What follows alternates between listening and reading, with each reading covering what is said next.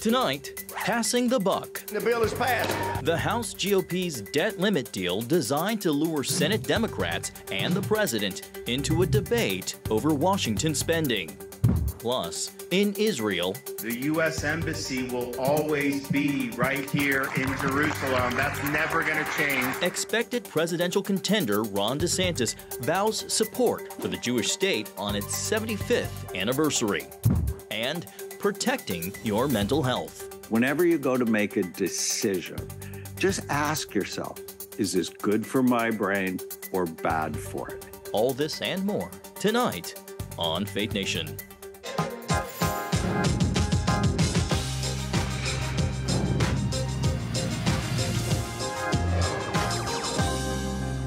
The GOP debt limit deal's future in the Democrat-controlled Senate. Welcome to Faith Nation from our studio in Washington.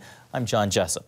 Well, House Republicans cleared a major hurdle, passing their bill to raise the country's debt ceiling while also cutting spending. But what's next?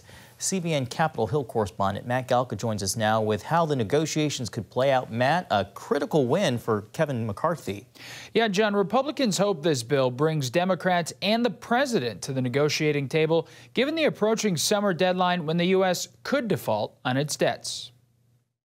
The House Republicans just passed the only bill in Washington that lifts the debt limit, ends wasteful Washington spending, and puts America back on the right economic path. Speaker McCarthy took a victory lap after his debt limit bill narrowly passed the House 217 to 215. The bill is passed.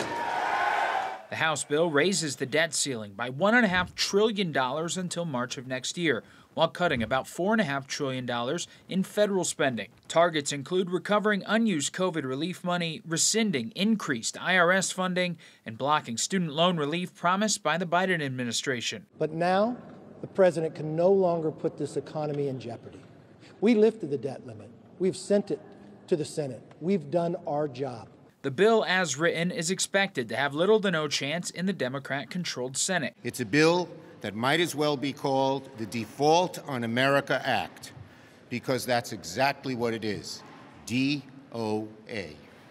Dead on arrival. Some Democrats remain adamant there should be no strings to raising the debt ceiling, and cuts should be brought up in separate budget discussions. The House bill is viewed by some as a way to push the president to change his position of no negotiations raising the debt ceiling. He's now laid down a reasonable proposal, and time for the White House to negotiate. That's the way a two-party system works, which is both have to come together and work out a compromise. That's what's got to be done now. Meanwhile, the White House didn't seem to budge from its position during a press briefing Thursday. What we're seeing from what Republicans have put forward, it will leave people behind. It will hurt Americans, including veterans, including our seniors, just Americans across the board. So, again, we took a step back. We are not negotiating on this. We have been very clear. It is their constitutional duty to take action. The exact date for a potential U.S. default is not set in stone. It's only predicted to be at some point in the summer. That target date could be moving up, however, with some economists looking at lower than expected tax revenues. Treasury Secretary Janet Yellen is expected to give an update on the default date in May. John? All right, CBN Capitol Hill correspondent Matt Galka. Thank you, Matt. Well, here with us now is Mark Hamrick, Washington Bureau Chief and Senior Economic Analyst at Bankrate. Mark, the House-passed bill managed to get in and done a few months before the U.S. hits that default deadline, anticipated to be the summer, maybe this fall. Mark, I know we've kind of hit on this before, but what are the economic consequences of a U.S. debt default on the average American if Congress does indeed fail to come up with a compromise?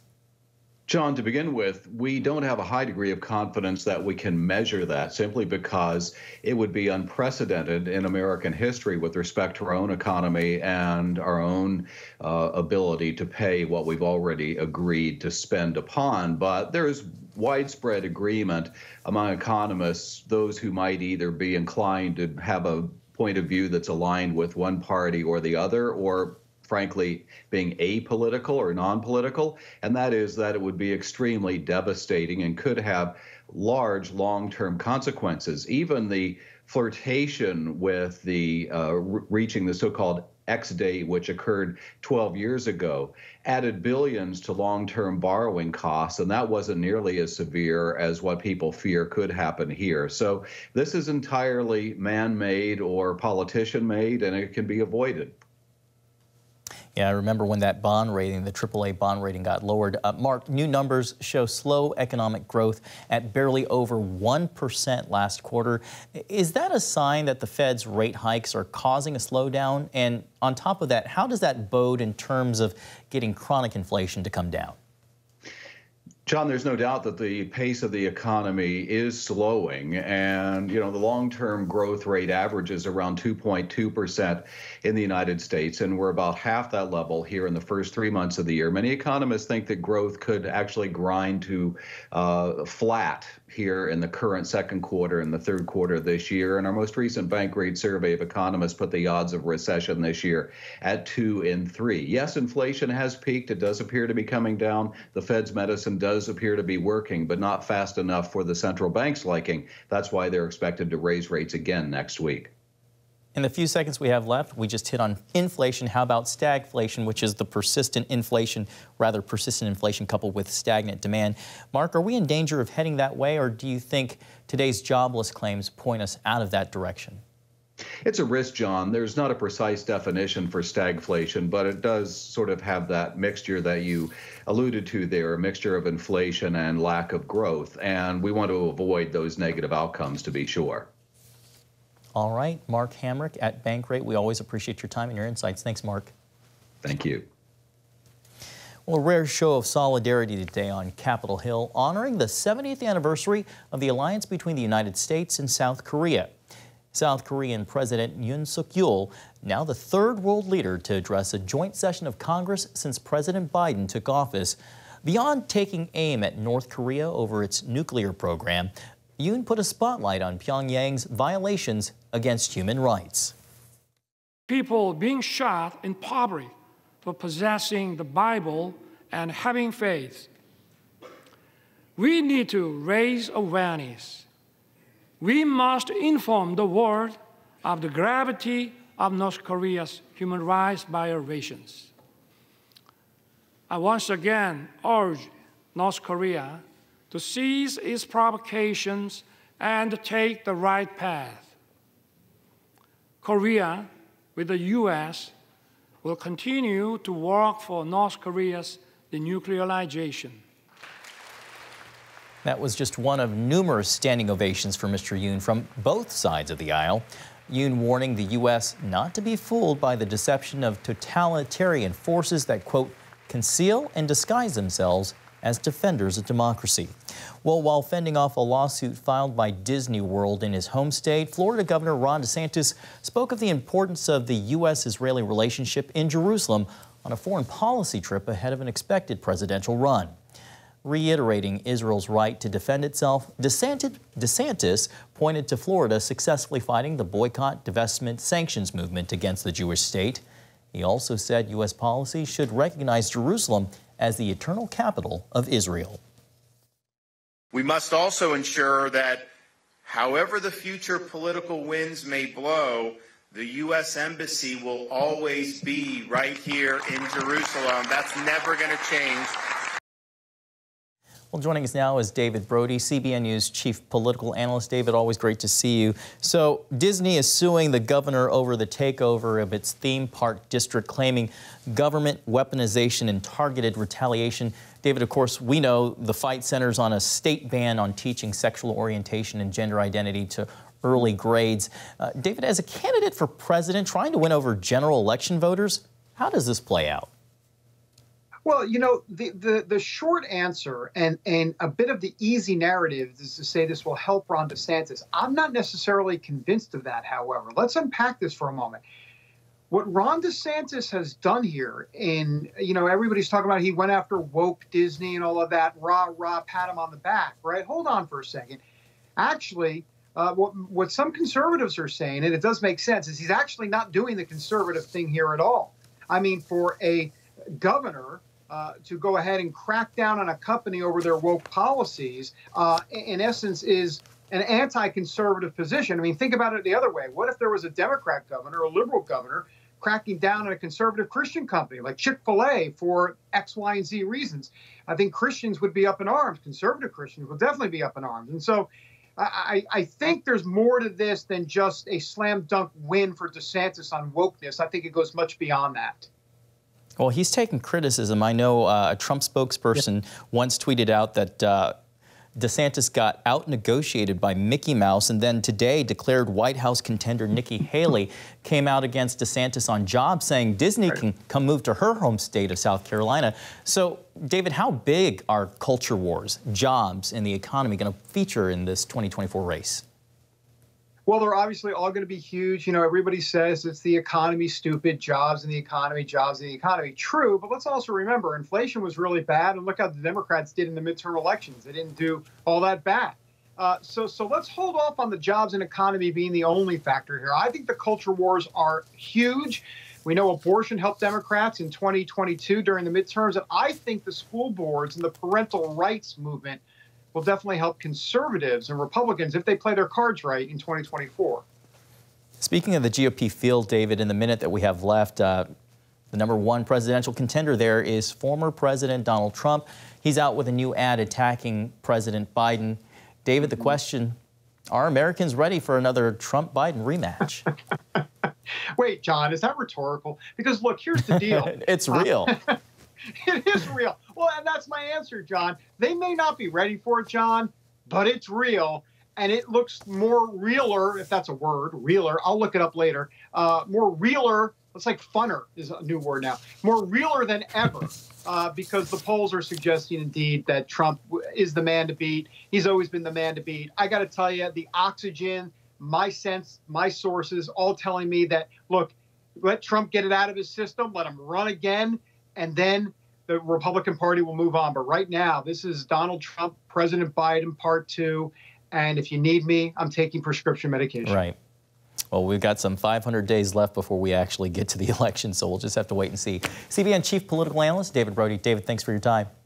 You bet. Thanks. Coming up, the toll of human smuggling on the southern border and a bright spot on busting up crime.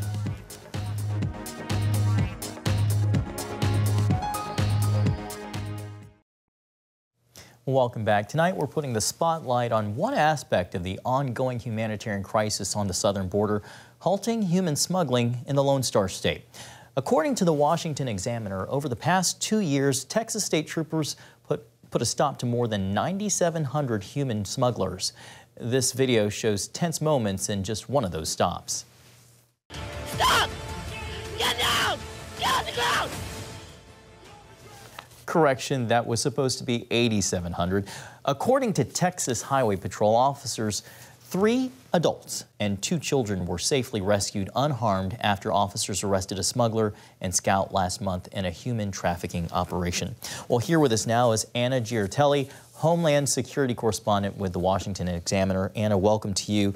I want to ask you, first off, what effect has Texas Governor Greg Abbott's decision to surge state troopers on the state's border with Mexico had on human smuggling attempts? You know, that was our question going into this. We worked on this story for 6 months, going through thousands of lines in Excel spreadsheets that the state shared with us. What we found, you know, I was surprised to see 8,700 traffic stops by state troopers of suspected human smugglers. And then beyond that, another 30,000 illegal immigrants inside those vehicles who were then turned over to Border Patrol. But the drivers, more often than not, are U.S. citizens, sometimes as young as 14 years old, who have been recruited on TikTok, given thousands of dollars and said, hey, pick up this person at the border, drive them to Houston, drive them to San Antonio. And so I think, you know, this part of Operation Lone Star, you actually have proof now that, hey, the state troopers are picking up the Border Patrol slack. So what happens to these drivers? So the state is referring the people inside the vehicles to Border Patrol because that's a federal immigration matter that only they can oversee. And the state is prosecuting as many of these human smuggler drivers as possible. And right now they've made some jails open. They've jail space in certain counties on the southern border in Texas. and just going through normal procedures like that. But these aren't federal smuggling charges. These are state charges. So in one case, I believe it's Kinney County, the county judge there was telling me that he sees women coming in a couple times a week, women who have been caught smuggling, and there's no way to jail the women in this county. And so they're released without even making bail or bond and told, you know, you're going to have to pay this eventually. We're going to let you out now. He's seen one woman now, 17 smuggling charges she's had over a number of incidents. So, yeah. And I'm just, again, that statistic you just gave, as young as 14, is astounding to me. In the last few seconds we have today, Secretary of State Antony Blinken outlined plans for a new measure to mitigate the influx at the border. Do you think that that's going to happen once Title 42 expires in just a few weeks? Yeah, so what they said today was we're expecting this new lawful migration where you apply for help from your home country. They're expecting it to appeal to 5,000 to 6,000 people in the first month. We're seeing 5,000 to 6,000 people cross the border illegally every single day over the last 2 years. So it's not going to have a big effect early on. All right, Anna Giartelli with the Washington Examiner, and excellent reporting. Thank you so much for your time and your perspectives tonight. Feel like you're being bombarded with information? When we come back, some ways to protect your mental health and sanity.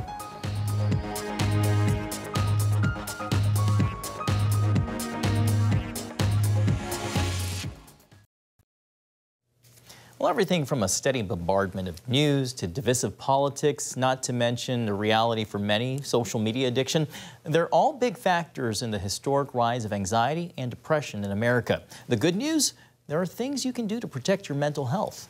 CBN medical reporter Lori Johnson reports.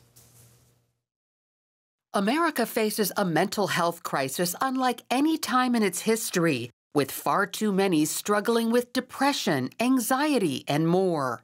There's so many reasons that things are just going the wrong way. Psychiatrist Daniel Amen blames a culture overwhelmed by hyper-divisive politics, where people bully each other if they don't have the same beliefs. Information overload. The news is about negativity and frightening people. And social media addiction that can prove harmful to adults and children. That cause them to constantly compare themselves to false images, to other people who are really pretty unhappy, but they make themselves seem very happy. That's just the beginning. Turns out there are dozens of things that can contribute to poor mental health. The good news is with the right information, we can fight back and expect better thoughts and feelings. Dr. Amen recommends a path to success in Change Your Brain Every Day.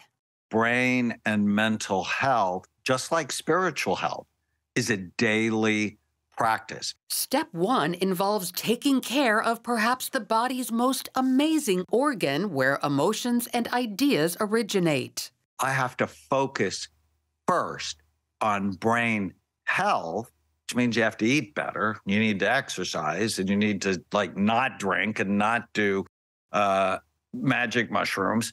You have to keep the physical functioning of your brain healthy. And when you do, it's so much easier to be happier. A brain-healthy diet is 70% fruits and vegetables and 30% good protein like salmon and healthy fat like olive oil. And sugar is the enemy of brain health. Another way to protect your brain is by avoiding hits to the head, which can lead to traumatic brain injury. From falls, from car accidents, from fights. And there are other professions besides football players that have an increased incidence of brain trauma, especially firefighters. There's a very high incidence of depression and suicide among firefighters. Dr. Amen recommends a protocol that can help people recover from certain brain injuries. It includes fish oil, vitamin D, and in some cases, hyperbaric oxygen therapy. It significantly increases blood flow to the brain. Taking breaks from the smartphone to personally connect with nature and people can improve mental health, although it can be difficult for some. Being unable to put your phone down. There's actually studies that say people would rather give up sex than their phone. That's a problem. Getting away from that screen can also dramatically improve your mood and thinking by consistently getting a better night's sleep. If you don't put blue light blockers on your phone, that blue light coming from your gadgets, your computer or your phone, actually turns off the production of melatonin and makes sleep much harder. And finally, instead of letting our thoughts run wild, take control and steer them in the right direction. I start every day with, today is going to be a great day. I direct my mind to help me rather than hurt me. At the end of every day, I say a prayer and then I go, what went well today? So while far too many suffer from depression, anxiety, and related issues, there are ways we can try to improve our mental health. Whenever you go to make a decision, just ask yourself, is this good for my brain or bad for it? Lori Johnson, CBN News. Thank you, Lori. A new spin on K-pop. The special guest at last night's White House State Dinner serving up a mic drop moment. We'll show you when we come back.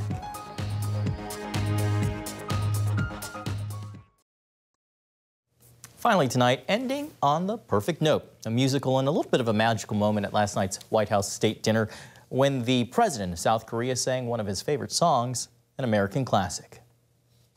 A long, long time ago,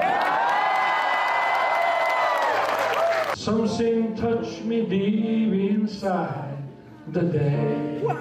The music died. That, of course, Don McLean's classic American Pie. While McLean wasn't at the state dinner, he did want to pass along a gift to the South Korean leader. Mr. Biden presented his counterpart with a signed guitar from the American singer-songwriter. Not too bad sounding. Well, thank you so much for watching this edition of Faith Nation. We'll see you right back here tomorrow.